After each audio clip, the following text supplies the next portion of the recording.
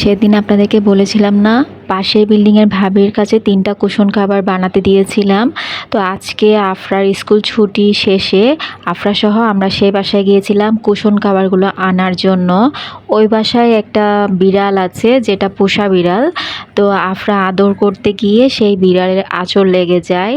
মানে সকালটা শুরু হয়েছিল বিরাট রকম এক বিপদ আর একটা টেনশন নিয়ে। বাচ্চাদের যে কোনো বিষয় নিয়ে আমরা বরাবরই একটু বেশি সিরিয়াস থাকি, অনেক বেশি টেনশনে থাকি। যেহেতু নিজেরাই মা বাবা, তো নিজেদের বাচ্চাদের প্রতি টেনশন একটু বেশিই কাজ করে। সে বাসায় আমি জিজ্ঞেস করেছি বিড়ালের কোনো ভ্যাকসিন দেওয়া আছে কি না। বললো ভ্যাকসিন দেওয়া আছে। তো ভ্যাকসিনের দেওয়ার টাইম কতদিন হলো জিজ্ঞেস করলাম। বললো যে 1 বছরের বেশি সময় হয়ে গিয়েছে।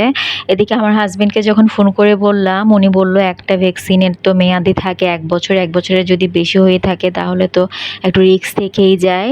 তারপর আর কি মেয়েকে নিয়ে ছুটতে ছুটে চলে গেলাম টিকা কেন্দ্রে। তো ওখানে যাওয়ার পরে ওনারা বলল যে মেয়ের তো শুধু আঁচড় লেগেছে, যেহেতু ওর কোনো ব্লাড আসেনি, তো ওকে টিকা দেওয়ার কোনো প্রয়োজন নেই। জাস্ট সাবান দিয়ে ভালো করে যেন আমি 10 থেকে 15 মিনিট ধরে যেন ভালো করে ক্লিন করে ফেলি। যদিও ওই বাসা থেকে আসার সাথে সাথে আমি আফরাকে ভালো করে ক্লিন করে দিয়েছিলাম।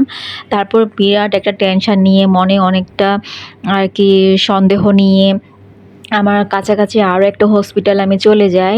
তো ওখানে যাওয়ার পরে যেটা বলল যে আপনারা রিস্ক নেওয়ার দরকার নাই, বা আমরা নিজেরাও রিস্ক নিব না, এই বাচ্চাকে নিয়ে আপনি দ্রুত মহাখালীতে চলে যান। কারণ এই সকল আর কি পেটদের জন্য, পেটের যত ট্রিটমেন্ট মানে পোষা বিড়াল কুকুর এগুলো যত রকমের ট্রিটমেন্ট সব মহাখালীতেই করে, আপনি বেটার হয়ে ওখানে চলে যান। তারপর আর কি আমার হাজব্যান্ড তো অফিস থেকে আসার পরে একদৌড়ে আর কি মহাখালীতে চলে গেলাম।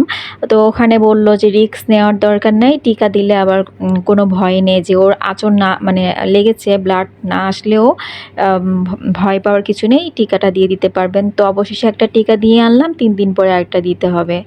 আসার পথে 2টা বেগুন নিতে চেয়েছিলাম, আমি একটু বেগুন ভর্তা করব, কোনো কিছুই ভালো লাগছিল না খেতে। আর বেগুন আনতে গিয়ে আমি এক গাদা সবজি, তারপর কাঁঠাল কলা সব নিয়ে এসেছি। আমার মেয়ে বলল কাঁঠাল খাবে, তো ওইগুলো সব নিয়ে এসেছিলাম। আর আমার বাসার সবচেয়ে সুন্দর মুহূর্ত হচ্ছে বাবা ছেলেদের একসাথে নামাজ পড়া।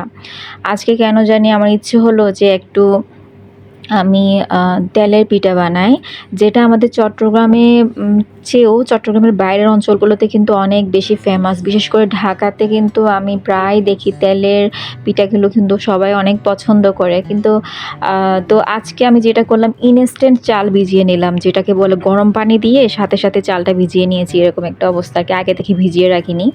সারাদিন তো এত দৌড়াদৌড়িতে ছিলাম। তো এখানে বাসায় গুড় ছিল, নারকেল ছিল। ভাবলাম যে সব তো ইনগ্রেডিয়েন্টস বাসায় আছে, তো আমি একটু চেষ্টা করে দেখি যে বানানো যায় কি না। তারপর আর কি একটু লবণ দিয়ে গুড়টা জাল দিয়ে নিয়েছিলাম, আর চালটা তো ভিজিয়ে নিয়েছিলাম একটু গরম পানি দিয়ে।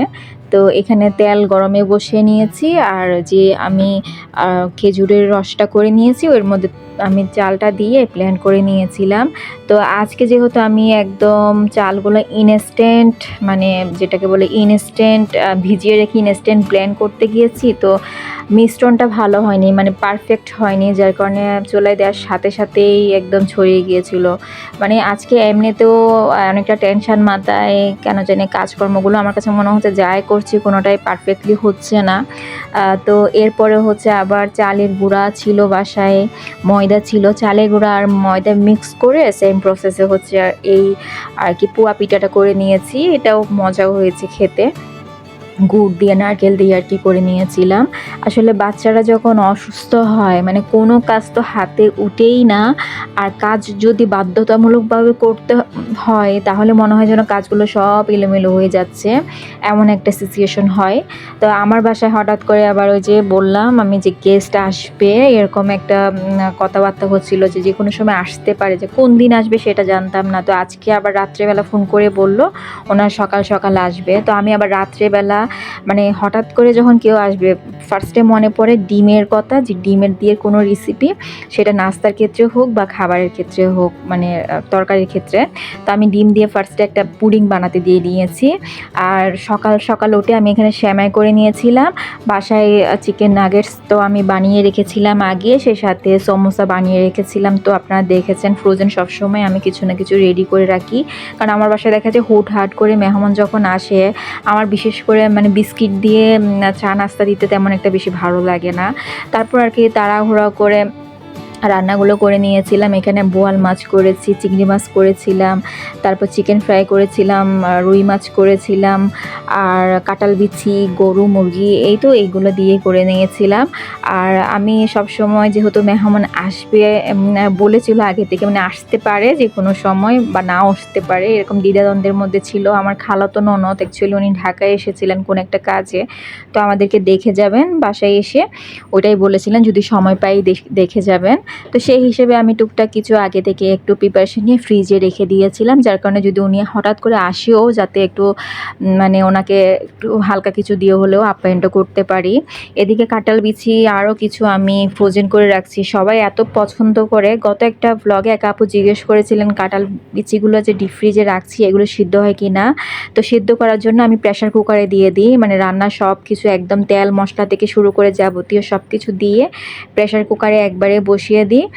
দেখা যায় 4 থেকে 5 সিটি যখন দেয় সুন্দরভাবে একদম নরম হয়ে যায়, খেতে খুবই অসাধারণ লাগে। সবাই তো কাঁঠাল বিচি অনেক পছন্দ করে, এ কারণে ফ্রোজেন করে রাখছি বেশ কিছু। এখন যেহেতু সিজন কাঁঠালের, সবাই আমার মেয়ের জন্য দোয়া করবেন, আমাদের জন্য দোয়া করবেন।